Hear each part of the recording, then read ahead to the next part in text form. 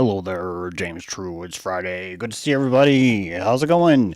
It's triple eight today. The 3/8, episode 888. And it's November 8th. Look at that. Look at that. I couldn't try harder if I tried harder. Couldn't try harder if I someone work it out. I'm not muted. Happy Friday. Good to see everybody. Hope everybody's doing good. I'm doing great. It's been a wonderful, fantastic week. A lot of fixing from the hurricane. So it's been a light week for live streaming. Apologize for that. Hope you guys, have probably banded together, formed some sort of support group, I would imagine, and maybe there's a retreat planned. Who knows, right? The Dog Skills Mountains. No one goes there. No one goes to the Dog Skills. It's always the Cat Skills. I don't know why that is. Yeah. So let's get cooking, baby. Let's get cooking.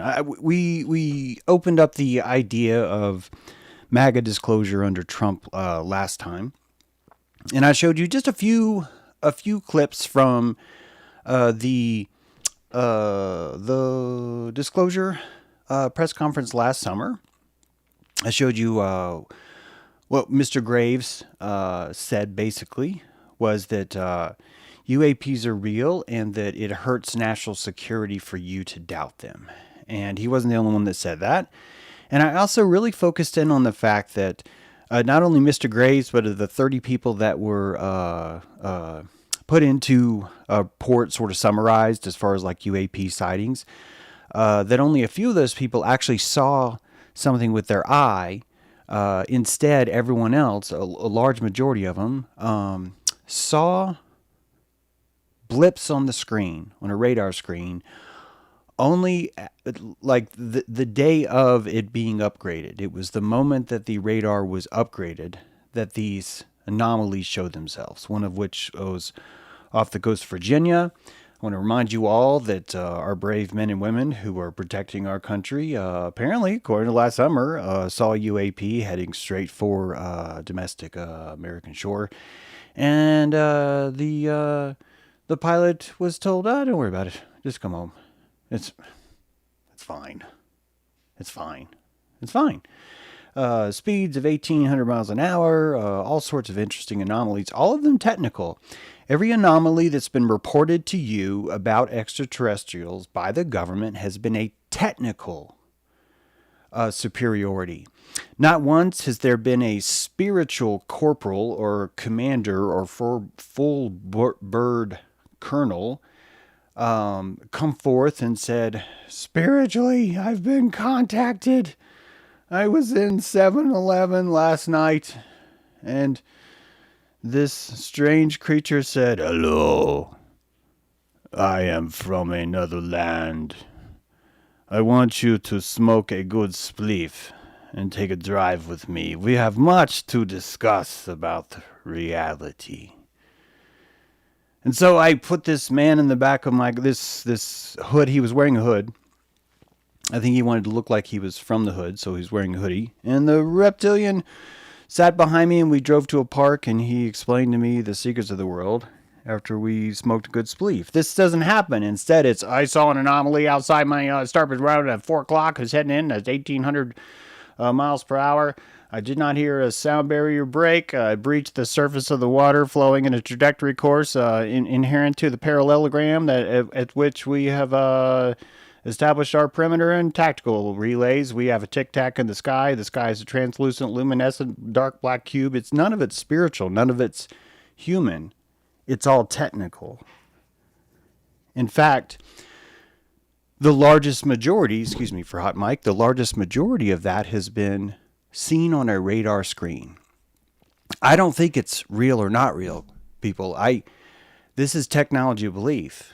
I want you to grab the reins of your belief engine and take all of this stuff, all of these things that are floating in the vernacular and use them to rig your ship in whichever way you see fit. I don't think there's a wrong answer here. I certainly think that if a lot of you are going to jump on the board of, well, you know, they're in the military, so why would they lie? I mean, it's God. Oh God. First of all, it's hard to play with you. I'm not gonna lie. It's it's really hard to play with you when you think that way. But secondly, I'm gonna try. I'm here to play Foursquare just like you. But the chain of authority from which the disclosure is coming is I think should be more at the forefront of what this is about. I don't think anyone's lying to you. I think that there is psychic energy that is in the pot. It's abandoned psychic energy from you and me that's been placed into the pot. That we place it in the pot because we don't want to be responsible for what's done with that energy. It's like, well, I don't want to fucking get a hold of it. I might sit down and kill a spider that did nothing wrong. I might not be paying attention, and I might give the wrong witness to someone that might do something wrong, or I might make a change with all this extra power that hurts someone that I didn't mean to. And so a lot of us are looking for places to offload our power. It's okay. And we're giving it to this psychic goodwill, this organization that we think is psychic goodwill, and we're bequeathing it to that, and we're calling each other humble and nice for doing it. We're like, look how nice you are, abandoning your power to a black box that anyone can come and take. That's what we're doing. And we're saying that's being humble. That's being a team player.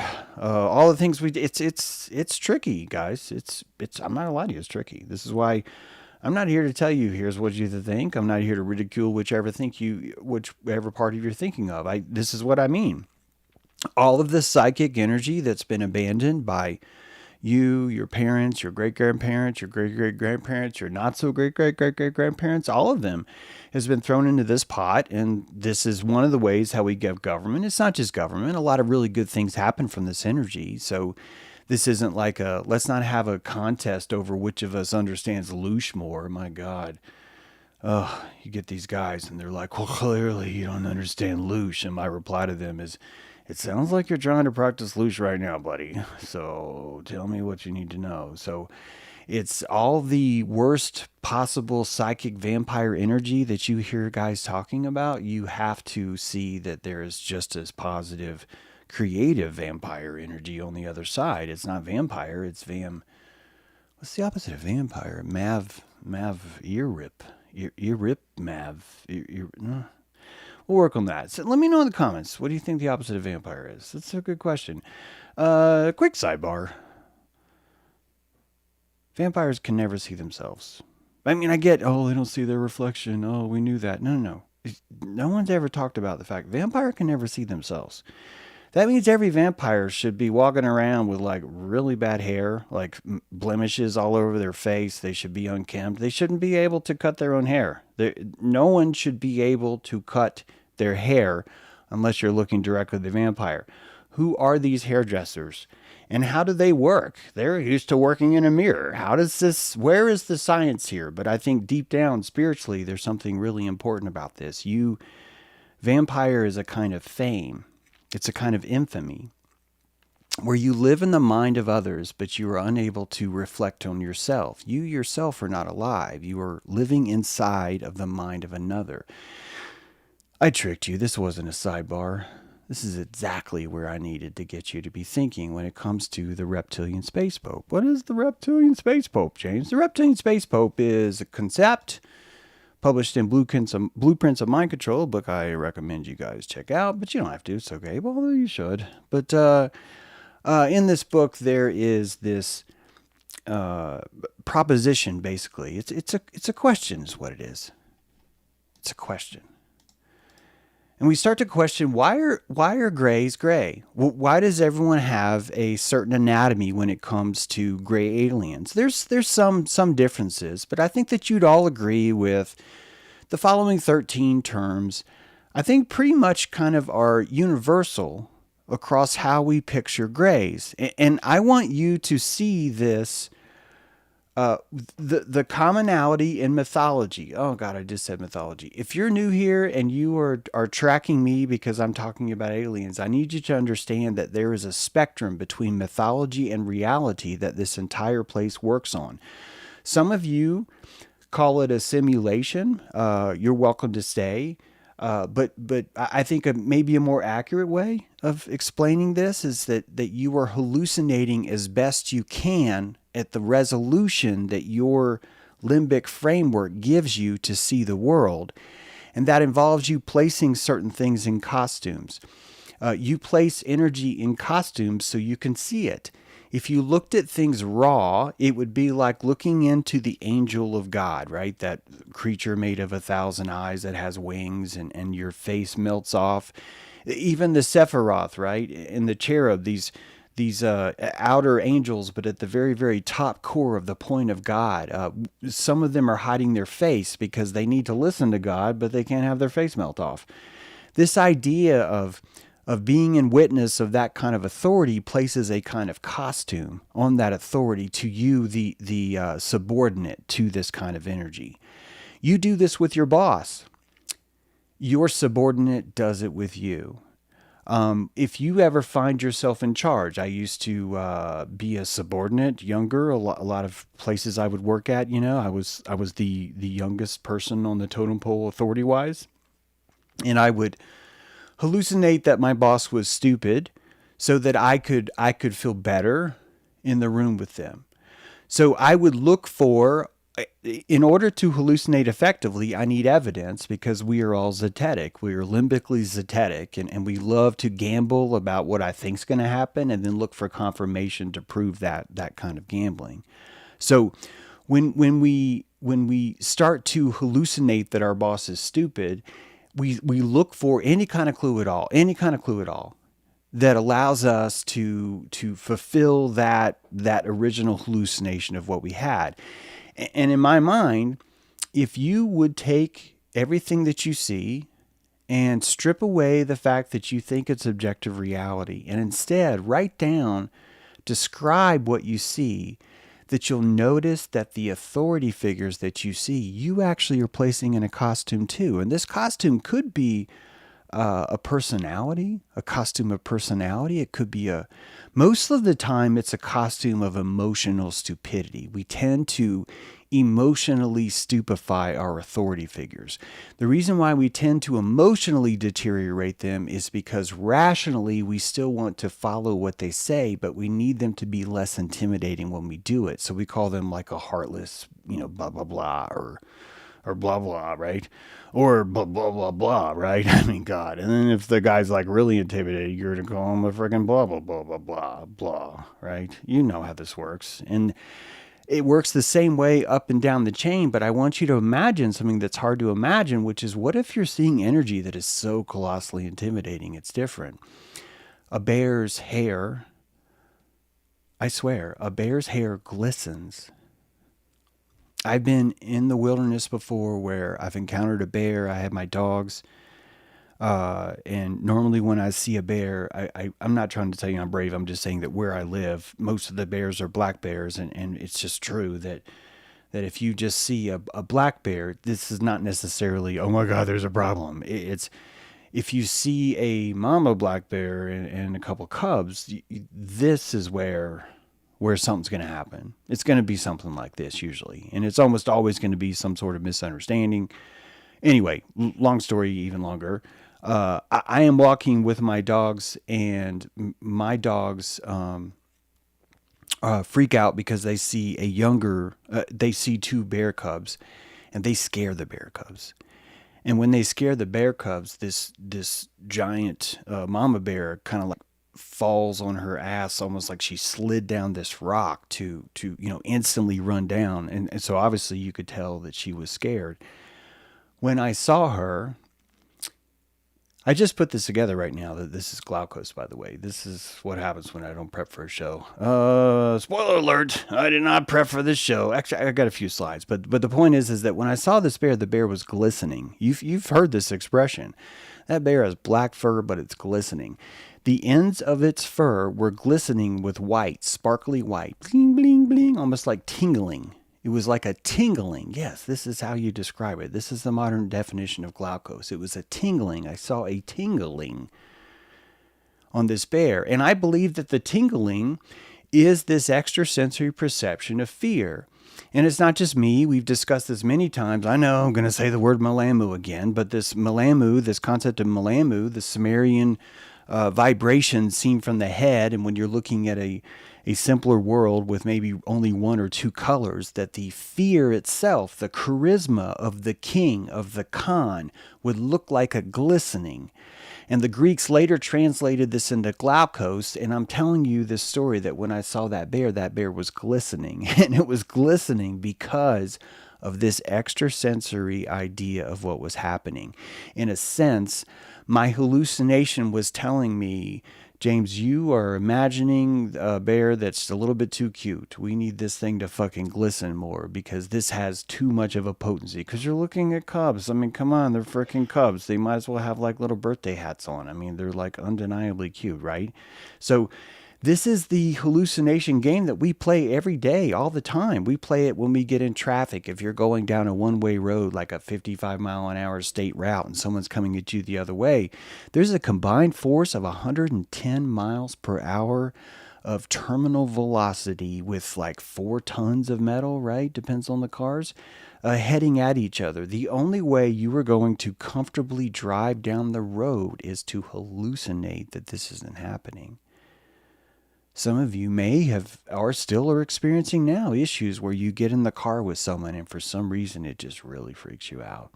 Sometimes it's the person you're in the car with. Sometimes it's not. Sometimes people just have control issues and they just can't imagine the idea. And I think most of these people really are just experiencing a reality that's so thick and dense that they're not able to relax the hallucination and dream into it. And why would they? Because this is a survival mechanism. Very, very important part of this survival is to hallucinate. Let me just clarify that.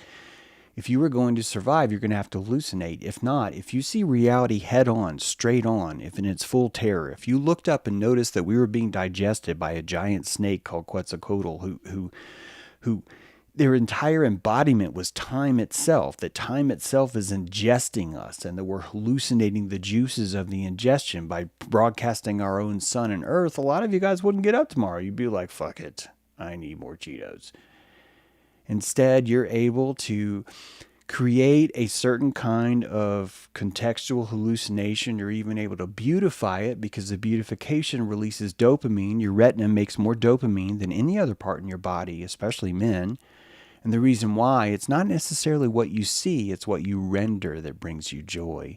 And the more joy that you render, believe it or not, that dopamine is converted into chips or tokens that your body uses to convey transactions and ultimately be rewarded in the thalamus. So pleasure itself is seen as a kind of elixir that one is able to apply, an ointment, as it were, to see the world. So with all that said, why are grays so unintimidating?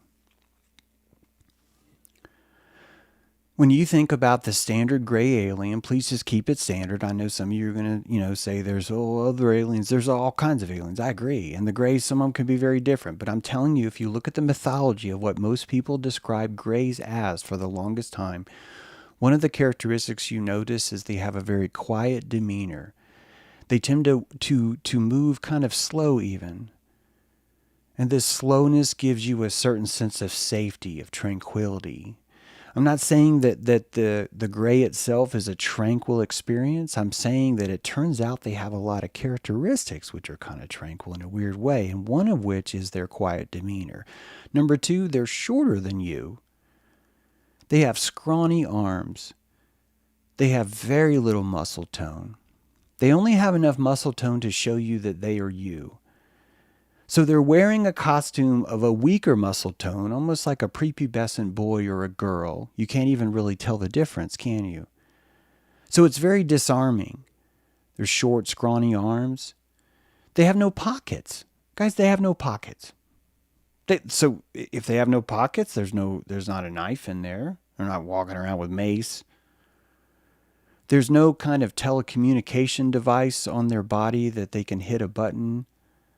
There's no kind of phasers in their hands. About the worst you hear is apparently there's some anal probe going on, and we're going to maybe get to that. But the point is that the creature itself is always broadcast in this very, very clear mythology of harmlessness. Now, I'm not saying that I want you just to keep seeing this, because I'm not saying they're harmless. I'm not saying they're dangerous. I'm telling you that this is part of the mythology, and I think this mythology is more about you than it is about them. That's sort of the theme today. They almost have like a plant-like existence. They're like photosynthetic humans, really. You don't see them eat. They definitely don't eat meat. They don't have teeth. They don't have claws. They don't even have hair. So they have hygiene. I don't even think they have butt cracks. If you've ever seen an alien turn around, I have never seen a butt crack. Let me know in the comments if you think alien has a butt crack. I don't think it does. I think it has a taint. I'll give you a taint. Okay, alien has a taint. Gray taint. It's some of the slickest, sleekest taint because there's no holes. Why do they have no holes? Because there's nothing to digest. These are photosynthetic creatures. They live off of light. They're like plants. They have kitten eyes. They have giant kitten eyes. More importantly, there are no whites in their eyes. Do you know what this means? Have you noticed that? That their eyes are all black, are all one color? Why are there no whites in the eyes? Do you know that one of the most primal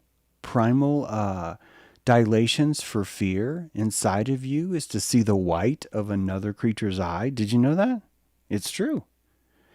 The expression, right, don't fire till you see the whites of their eyes, is actually almost like an oracle mythology, a nod to this.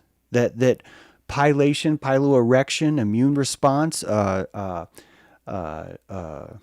sympathetic, parasympathetic jump into sympathetic, right? Fright, turn off saliva, all that stuff. All these are actually triggered by seeing the white in someone's eyes. The more white,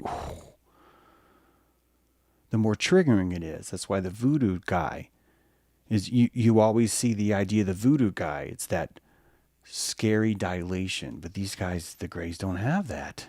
They don't have that. They have no sex organs, guys. They're not going to rape you. They're not going to fondle you. Some of you want them to fondle you, but they don't have any parts. So it's going to be a very one-sided exchange, probably. And I think most importantly, I think, is, okay, what is piloerection? Piloerection, we'll get to what was most important. Piloerection is your pores, under certain conditions, one of which is sympathetic fight-flight response, your pores open. And when they open, it creates a venting. This venting has a lot of things. Okay, so electrically, there's a whole venting thing, which I'm not going to talk about, but just pure heat exchange. The vents open, allowing you, it gives your body a turbo mode. That's right, turbo. And more importantly, during piloerection, when your pores open, a follicle of hair on your skin is actually just a pore. It's just a pore that has an antenna in it. All the hairs on your body are pores that have antennas planted in them. That antenna is just a piece of keratin. But what's important about the keratin is that the difference ends up collecting electricity. If your hair is laying down on your skin and you raise it, you have now just created a difference. You've opened a capacitor, believe it or not, and the static charge collected from the keratin antenna that is now up in the air ends up sending a current down into the fucking body, into your pore, and right into your blood. Your blood's connected there, your lymph nodes are connected there, your nervous system is connected there. It ends up creating a hyper vortex state. This, not only do you have like a turbo, some of you may not know what a turbo is, so look it up, but it's just like direct input of oxygen into the combustion engine itself, that it's the direct opening so you don't overheat. You're able to burn a lot more, explode a lot faster. So any creature that enters into piloerection is not a mental fear, it is a full body kind of fear. It's not just always fear, by the way, it's also dilation. So sex is a kind of fear. Believe it or not, all pleasure is pain. You need to watch my presentation, Pain is the Port of God. to learn more about that. Also, talking to reptiles. It's a 5-part series that explains to you why I seem to know this stuff. So much of the research for my latest book went into how our body actually processes this hallucination, because I found this first eye phenomenon to be so fascinating, and I've always tracked it directly into, wow, look at us looking at UFOs. As you've heard me say before, I think demons are in the exact same realm, and they're giving us the same kind of things. In fact, if we were to look at the anatomy of a classic demon, you'll see it's the opposite of this anatomy I'm telling you now, the classic gray. That the demon has the exact opposite manifestation. It is not unintimidating, it is intimidating. And this is showing you the cyclical rise and fall, the growing in and out of the trellis of humanity's consciousness as it learns to interpret and sense more information. I personally believe that the information of demons, when we were seeing demons, was us seeing our own fields. When we are lying, when we are portraying a dishonesty, we end up possessing ourselves in our field. It's a smell that we are putting out to try and mimic something that's different. This is absolutely crucial for our survival. A lot of us will say, well, this is just because we're evil, but it's actually, we're evil meaning that we want to survive. So anything evil is something that wants to survive, which is a weird thing that we've decided. But hey, that's who we are, which is why we end up having this weird kind of mythology with these creatures all the time. So the gray is unintimidating because we have grown to a different level where we do not need fear. If you think about the Old Testament is based on fear through authority, authority through obedience. This is a teaching method. Your parents use the same thing on you. Schools use the same thing on people. Employees use the same thing, or bosses use the same thing on employees. There is a certain level where consciousness grows where fear has a law of diminishing returns, and it changes from fear into something else. The extraterrestrial is saying, I cannot, or the gray is saying, I cannot control you through fear. I have to control you through the promise of something else. What can I promise you? And if you look at just the sheer mystery of what UFOs are, I think that you'd actually honestly be able to see that every UFO encounter and every demon encounter are the same thing. And I'm going to throw in targeted individuals here, but I need you to understand, I do not think that a targeted individual is hallucinating something that is not real. It's because you need to understand, just for the purpose of seeing me, you don't need to fucking believe this. I don't need you to believe this, but just for the purpose of hearing what I'm saying, that the hallucination, if we were to truly honor the nature of how reality works, there would be no difference at all between a schizophrenic hallucination and what you see every day. The only difference that you see is that there's a majority of people out there that happen to hallucinate the same thing you do or others do. I will never be able to base my definition of reality based on the polled average of what people around me are hallucinating to. I would consider this just a travesty to myself and my line to find that I was able to, or I was abandoning any kind of cosmology that felt more truth to me simply because I was surrounded by people that did not agree. This is part of us being symbiotic, which is good, but it's also part of us learning how, instead of crawling, to learn how to walk. And so most of us end up needing a faith that's put forth by some sort of central authority, whether it be a church or whether it be a government or whether it be a Khan leader or whether it be the lead caveman who basically swings a stick harder than anyone else. That we start to learn to grow on this ladder by looking at intimidating information that we could not see before and getting better at it and getting better at it and getting better at it. And it's working. We definitely are getting better at it. So you're, in my mind, the targeted individual, from my perspective, the targeted individual, someone who sees a UAP, someone who sees a demon. It doesn't matter if it's a real, quote, quote, real demon or a real UAP. I need you to know it doesn't matter to me.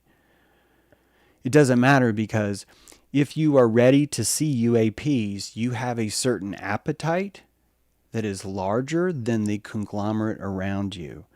But you have not yet built the ability to see things purely independently from yourself, simply only because it's not because you're not awesome. It's only because you save calories by tapping into the mythology that's already in the field. That mythology that's already in the field has a lot of charge to it, so it's easier for you to render a larger reality. So what I'm saying here is that greys, demons, Bigfoot, yes, Bigfoot, targeted individuals, all of these things, I'm missing a lot here. There's a lot of nuances here too, but all of these things that I'm discussing with you are consciousness that's growing inside an environment that hasn't yet changed. We call these people crazy. We know these people are shaman. We know that. Historically, we know that. You find a schizophrenic in Africa and they're like, oh my God, this guy's great. You get to write your golden ticket to any village here. Your skills as a witch doctor are highly prized because you seem to exercise the ability to render a reality that's harder than anyone else around here. And you tell us some pretty fucked up stuff. And if you tell us too much of a reality, actually, we're going to kill you. We're going to scapegoat you. This is what happens. This is why being a shaman is not very popular. This is why the shaman's usually living outside the village.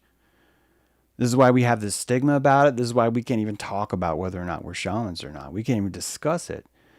That's how much taboo's there because we are fucking with people's cosmologies, essay. We are fucking with them. And this is the most threatening thing you can do is sit down in a room with someone who's imagining something different than you. And if you don't believe me, I want you to go back to the playground and remember when you were playing with others and you'd be like, hey, let's play this instead. This is an assault. It's a violent act. It's a violent act, plasmatically speaking, if you do not have the calories to change or be nimble. Most of us do not have the calories to change or be nimble. So like the guy in Marion who brought a tear to his eye once Trump was in office, this is someone who wants to experience an identity through a belief.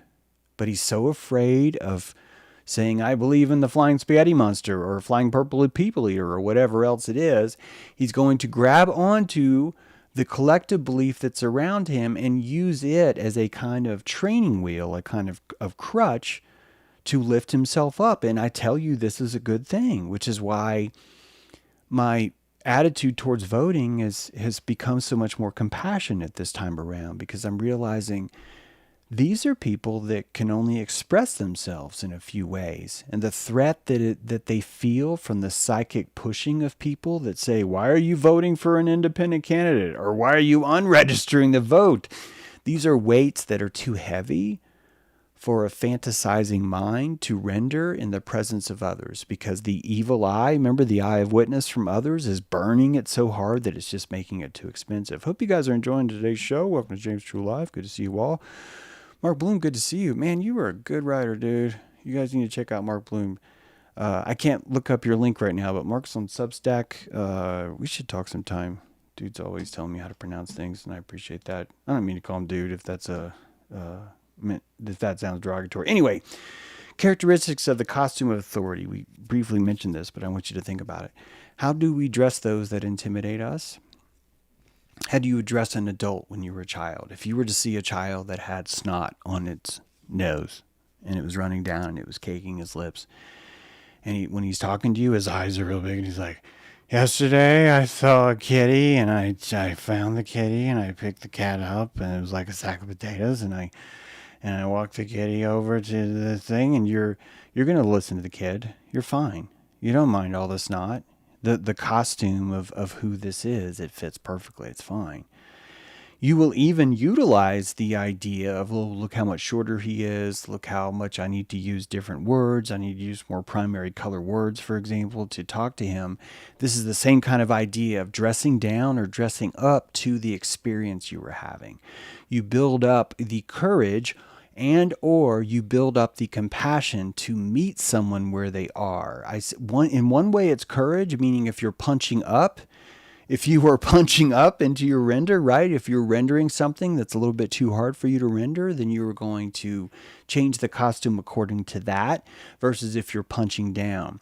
I think this really is at the heart of why demons were seen as so terrifying, but now aliens are seen as so uplifting. I don't mean uplifting in that they're always positive. I know a lot of people have terrifying visions of aliens, but this is my point, S.A. This is kind of my point. You are going to have a terrifying vision about a kitten-like sleek butler because this is the perfect kind of conscious gym that you would want to go in to explore accepting. You're trying to accept something that's very hard. There is life out there that is beyond my current scope. This really is at the heart of demons and UFOs. There is a presence out there that is beyond my scope. Therefore, if you wanted to work on, think about this, if you wanted to work on seeing a presence that's outside of your scope, you would dress them in a costume that allowed you to see them more comfortably. Same token with demons. If you were in the presence of something that required too much scope and you wanted it to go away, you actually would make them even more terrifying. You would. You would, because if you see them as even more terrifying, the dopamine would never come in the retina and you would never have to limbically acknowledge their presence. This is all a creative act. You hold the keys to all of these things. This is your creative act. The characteristics of the costume of authority is proof that you are hallucinating in the retina and changing. As we discussed with the Wonders in the Sky, this book by Valet and Obeck from Penguin Publishing, that as you go through time, these aliens change costume and they keep up with the current technology of the day, but they were a little bit ahead.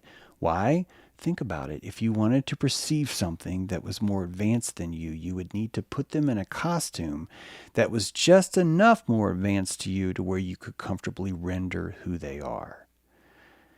If you buy into what I'm telling you, you will understand, well, wait a minute, James, doesn't that mean targeted individuals are like constructive? And I'm like, yeah. Yeah, it's a fucking nightmare to be a targeted individual. And they're walking around carrying the brunt of everyone's psychic responsibility because they do see more. They are the shaman of today. Doesn't require Parkinson's. You simply have an aperture drum that's too thick and you do not know how to close it, or probably more importantly, you don't want to close it. But James, if you don't want to close it, then why are they still seeing things? It's why are they, I mean James, if they don't want to close their aperture, why are they acting in so much pain? Why are they targeted? And you're watching the true nature man's spirit. When I ran this marathon, one of these things that I did that was really fucking hard, I had to lie to myself the whole way.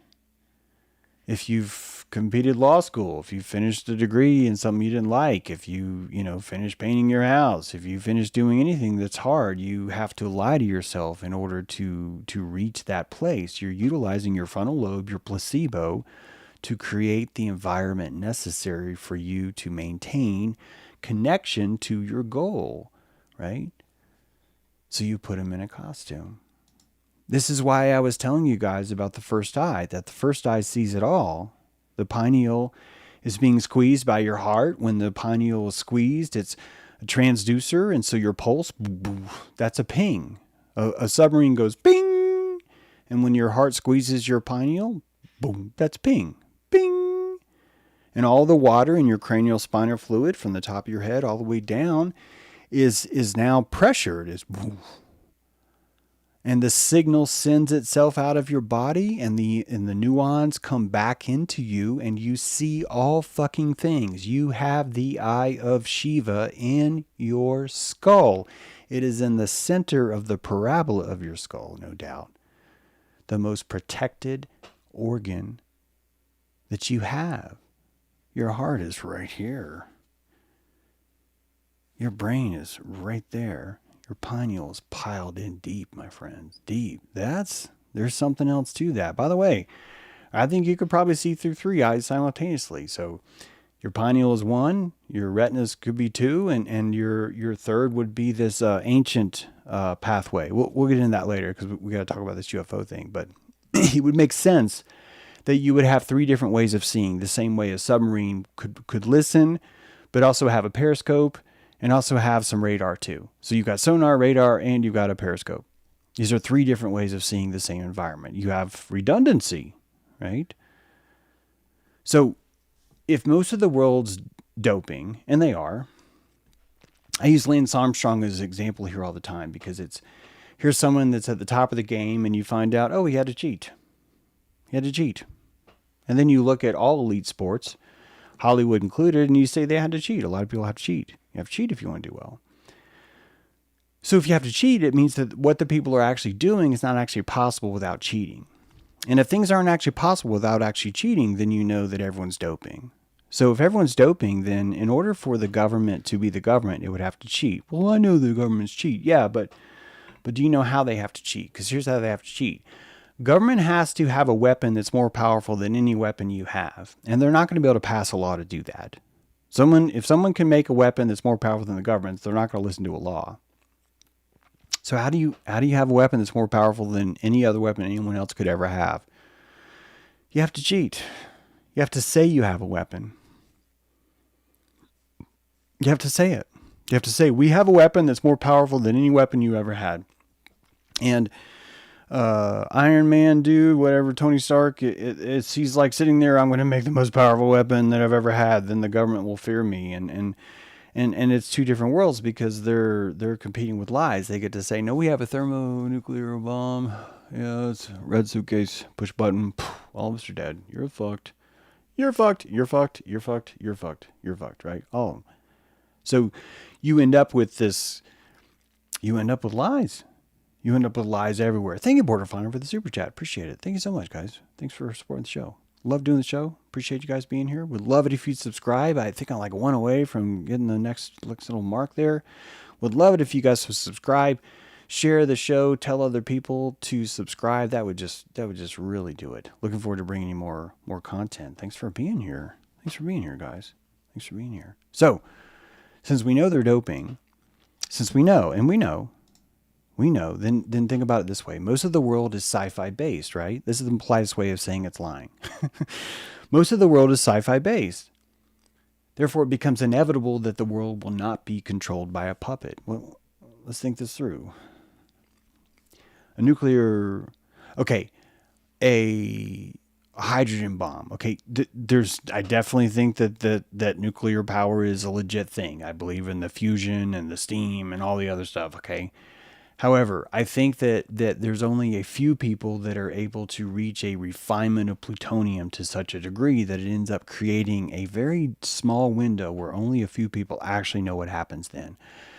We've covered on this show before the Bikini Islands and how when they were doing nuclear tests, for whatever reason, they decided, hey, to do this right, we should have another explosion made out of TNT that's next to the nuclear explosion so we can compare the two. And then they told 2 teams, hey guys, we're not going to tell you which, because we don't want to ruin the surprise, so we're not going to tell you guys which one of you actually has the thermonuclear bomb. You're both going to be packing this stuff. It's going to look like it's TNT. I swear this is a true story. And so you have a government that's participating in the creation of a test for a weapon that may or may not exist. You would never know. And that both people were told clearly, we're not going to be able to tell you if this is real or not. We're not going to be able to tell you if this is real or not. And this is a perfect example of what it would be like to be doping. But more importantly, you can see how the puppet itself is the technology. The puppet is the technology. This guy worked for the government, Werner von Braun. He worked for the government. And since he worked for the government, it became quite necessary in 1950 to put out the idea that we can go to Mars the same way that Russia took a round balloon and said, we don't need, the balloon is the satellite itself. It's floating around the Earth. And they haven't actually lied. They've just shown you a picture that makes you think differently. And then they wait and they see if it hooks. Does it hook? And it does. People buy it. People buy it. Why do they buy it? Remember how I told you that you need to dress your authority in a certain costume so you can be in the room with them? One of the things that you will dress your authority in is absolute righteousness. In order for you to be subordinate to them, you're going to have to dress them in righteousness. This is at the heart of the chain of command of every military operation, too. It's the same thing. So over time, for government to grow, the puppet would have to grow too. The puppet would have to become the most elite puppet that's ever been, which means every time someone tells a lie in government, that government would have to be trumped the following year. Otherwise, government would be losing, which means that now you're going to understand why Elon Musk is there. That people are like starting to doubt NASA, so we need something more ridiculous. And as long as we put something forward more ridiculous like Musk, now everyone is trusting NASA simply by comparison. Simply by comparison. You end up proving NASA is legit by making people doubt Musk. Do you see how this works? It's brilliant. It's brilliant. You should not doubt the effectiveness of your government. I mean it. They fucking know how this works. And all it takes is outrunning your calories. You know why you can outrun a zebra. And in Africa, the zebra dies. Why does the zebra die? Because the person who's chasing the zebra can outrun the zebra. But James, a zebra can run a lot farther than a human. Yes. But a zebra cannot run longer than a human. See, a zebra is looking for prey that has a too simplistic way of discerning. So the zebra will leave the herd. The predator, let's call it a lion in this case, will see and he will try and catch that zebra. But if the zebra returns back into the herd, that zebra is now safe because it gets to rest. But if you are the human and you're hunting a very particular zebra, when the zebra gets back in the herd, you still know which zebra you're hunting. You still know which one. And as long as you ignore every other zebra and you just go after that zebra will get tired and you will eat that zebra. You will eat black and white zebra tonight because you saw through the costume, saw through the camouflage, and found its way.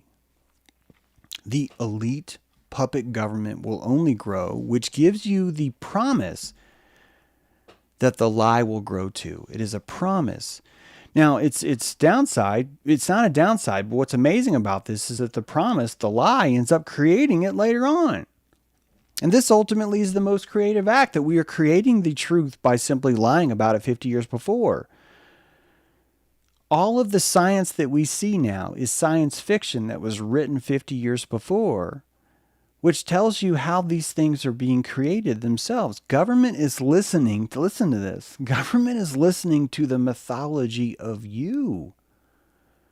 Government is listening to the vernacular of the mass mythology out there, and it's saying, well, people believe in an underwater boat called a submarine. Therefore, we will have a military that has submarines built into the vernacular. Even though we may not need as many submarines, the fact is that the people have in the mythology how amazing it is that there's a boat that goes underwater.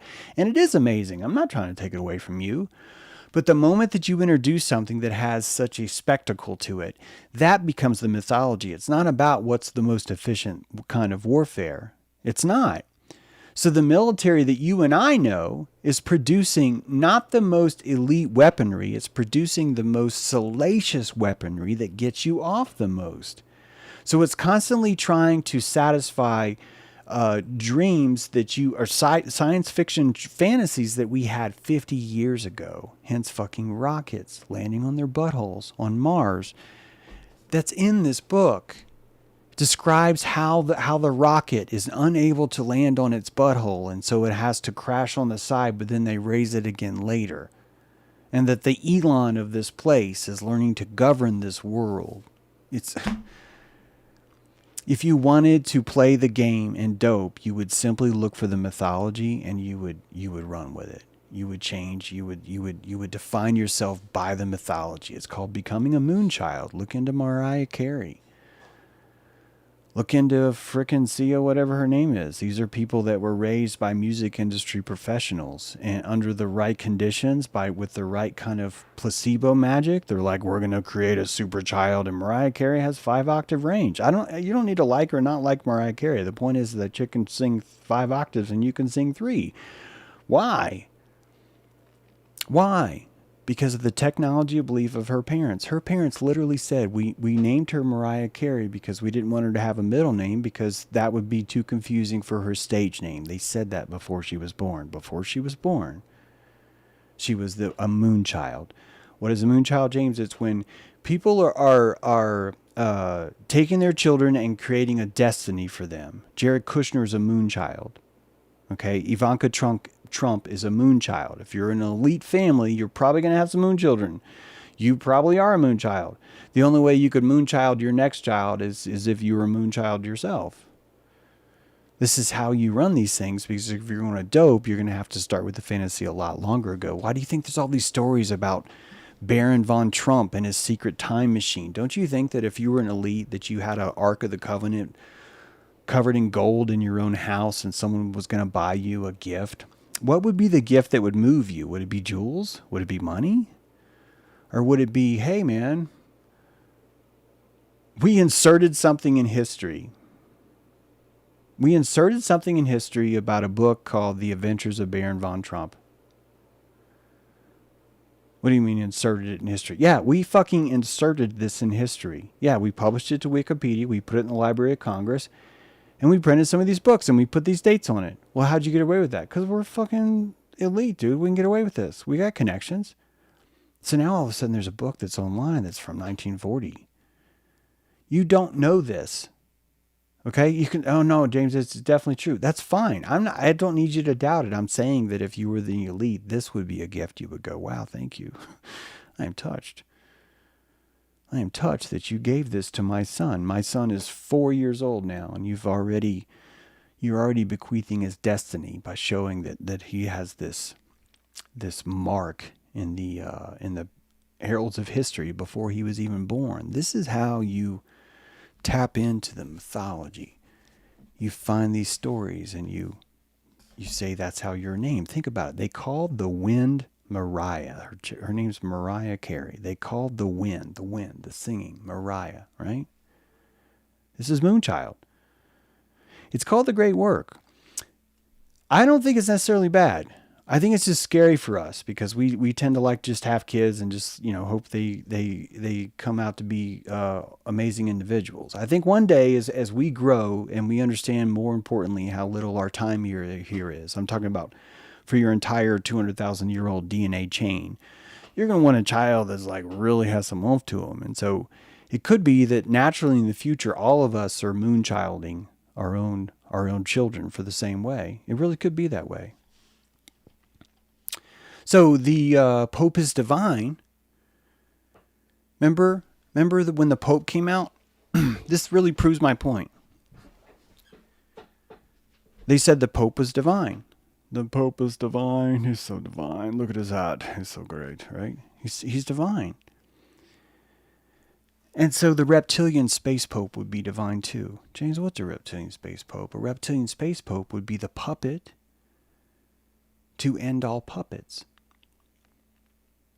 JFK is a puppet, but he's not the puppet to end all puppets. You could shoot that guy in the head. You know what you can't shoot in the head? A fucking puppet made out of felt. I mean, you can shoot it in the head, but you can make another. You can make another. You can make another. If you had a clone lab made up of these things, man, you got as many as you want. All you got to do is stage these puppets as if they came from out of the galaxy. How do you do that? The same way you might get Baron von Trump printed. Do you have anyone inserted in the space agency with little integrity? No. No, there's no one in NASA that lacks integrity. No, there's no one in SpaceX that lacks integrity. Of course not. Right? It's not that hard. It's not that hard. And Project Bluebeam writes itself a long time ago, because if you were able to pull off the Manhattan Project, if you were able to convince 100,000 Americans that they were involved in a top secret project and none of them knew what they were doing, it shows you how easy it is. If you were to convince people that if you carpet bombed Hiroshima and you left Buildings that were still standing, which clearly shows there's no way this could have been this shockwave kind of nuclear reaction we're talking about, but yet the people still believed it. Even though there's people living in Hiroshima a year later, there's like plants growing, there's vegetation growing. The point is that if people believe it, then you now know that it is space pope or nothing. You know that the only way you can go is to lie more, not less next time. When Elon, all of the things that have failed, is Hyperloop, which by the way, the fucking Hyperloop is in this book. That Mars has a Hyperloop on it that allows people to go really fast to each destination underground. Like it's some amazing freaking thing. The stage is set, the playground set, all the toys are there, all the instruments there. The only thing that's lacking is that people are taking this too seriously and we're expecting everyone to tell the truth, when we really should be expecting that everyone must be doping. And more importantly, that the reptilian space pope would have to come. The first pope proved that another pope will come. And you know why people will buy it? Majority rule. That's why people will buy it. If you dig up 80 scriptures in the ground and 80 scriptures had the same story from Josephus, you'd buy it. If 4 different scientists colluded on something, you go, hey, there might be something to this. If 80 scientists colluded on this, you go, wow, this sounds totally like the truth. If the world scientific community said this was true, you would buy it. It is impossible to get past the reptilian space pope. It'll probably be a committee. It'll be a committee of reptilian space popes. I don't think in our lifetime you're ever going to see the press release where the president of the United States of Earth, in this book, United States of Earth, actually goes to meet with the reptilian space pope. I think you need to understand how important it is to coax the lie and to move it forward. And so for the longest time, you're going to keep watching disclosure. Like, you got to disclose more. You got to disclose more. And it'll be people coming out like last year that says, yeah, there appears to be some things on the radar that we don't know what they are. And it's like, this isn't disclosure. Of course not. Of course not. This isn't how you lead someone on. If you want to lead someone on, you can't tell them anything. You have to give them the anticipation that you're going to tell someone. This is really all it takes for people to tune in. The anticipation of telling someone. The anticipation allows them to live in a state where they get to throw their belief and put it in a costume, right? Well, these aliens must clearly be awful, or these aliens must clearly be a gift from God. And, oh, we're so racist, we need aliens. And, oh, we're so great, we need to kill the aliens. That all these would be the costumes that we apply to these things. The energy's there. We've already abandoned this plasma. We've abandoned it to our government, so why would we not abandon it to the reptilian space pope? I think some of you are like, James, there's no way that this would take place. And if you're old enough to remember a show called The X-Files, but more importantly, if you're old enough to remember what the vernacular was before The X-Files, about the most trippy thing people believed in was Bigfoot. It's true. And that you had an organic Chewbacca type creature that was mostly invisible, that was afraid of people, that had all the similar characteristics, and then you inserted something else. Now, why would government want to insert something when something was already there? Why would government not just run for Bigfoot? And I want you to know the answer is what we talked about last time, the Kármán line. 70,000 feet above sea level. We call that space. Maybe it's 80,000 feet, forgive me. We call that space. You and I, even if we had a commercial pilot's license, we're not going above 50,000 feet. We're not. So if we take Bigfoot and put him in space, then only the people that go above 50,000 feet get to be the greeting committee. They get to be the ones that tell you what it looks like. They can tell you anything. If it's a blue space chicken, if it's a 1,000 drones pouring out of a mothership, but the mothership is too far up off the sky for any of us to see. this would be appealing. It would be no different than the Pope is talking to God. The Pope is speaking to God. And people believe that then too. I don't think that we understand just how powerful consensus is. This is why we have the illusion of countries, because the illusion of countries is allowed to tell you that certain ones of these doping bombs, I'm just going to tell you this, landing on the moon is one of those doping bombs. No one's going to be able to do that. But if you say that you did that, you've now trumped anyone else. And when you have multiple countries claiming that they can do that, you now have the workings of a one world government to come, because all it takes is collaboration between what looks like enemies. When you have what looks like enemies collaborating, you've sold your story to most of consciousness. Joe Biden gave the most eloquent, congratulatory speech I've ever heard today or yesterday. It was the most lucid, sane, calm thing you've ever heard.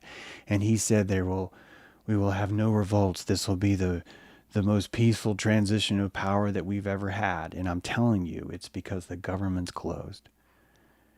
That instead of the rhetoric of we're going to challenge this, or this is bullshit, or this is or this guy's a criminal, or whatever, that you cannot do that when the government's actually closed now. See my episode on this. There's so much going on that we just don't know because the costumes don't fit. A lot of things I try and tell you guys, most of the vernacular isn't ready for. They don't want to hear that America's closed. They don't want to hear the DPA on 2020, same rule book made in 2012, right? Same rule that was signed in 1950, the exact same time that this book was written, the exact same time that all of a sudden one day we're looking at Bigfoot, the next day we're in a space race with Russia because we have to place something in space before, and no one had heard of these things before. But for some reason, two people independent of each other are like weeks away from each other, and if we don't compete too, this is how you force someone to believe in something because you call it national security. What did I tell you Graves said? He told you three things. UAPs are real. It's a threat to national security to doubt them. Remember that? It's a threat to national security to doubt them. He said something else, but I can't remember. That's the biggie, though. And it will be a threat to you to doubt these creatures. It will be shame. You're already not patriotic if you do. You're already missing out on all the fun. Yeah, the fun. Because everyone who said thank you for your service is telling you information. And you know what? They don't have to be lying because the radar is showing you. They just upgraded their radar. There's now all these different things on there. Guys, this isn't new. Constantine saw a UAP. Constantine saw a floating cross in the sky. And by seeing the floating cross in the sky, he was able to change and elevate his push in the Gaelic Wars. They probably weren't called the Gaelic Wars, but basically through modern day Germany. That claiming to see this vision invigorated him. I don't know if Constantine saw the cross. I think that Constantine was doing what our government's doing. They were watching the mythology of the soldiers, and they were using the mythology to give them the technology. So what did the military leader does? Hey, you guys believe in this cross thing that's coming along? Turns out I saw one. We should probably win the war now. And it's the exact same thing. It's brilliant. It's brilliant tactics. Graves saw a translucent sphere inside a black cube.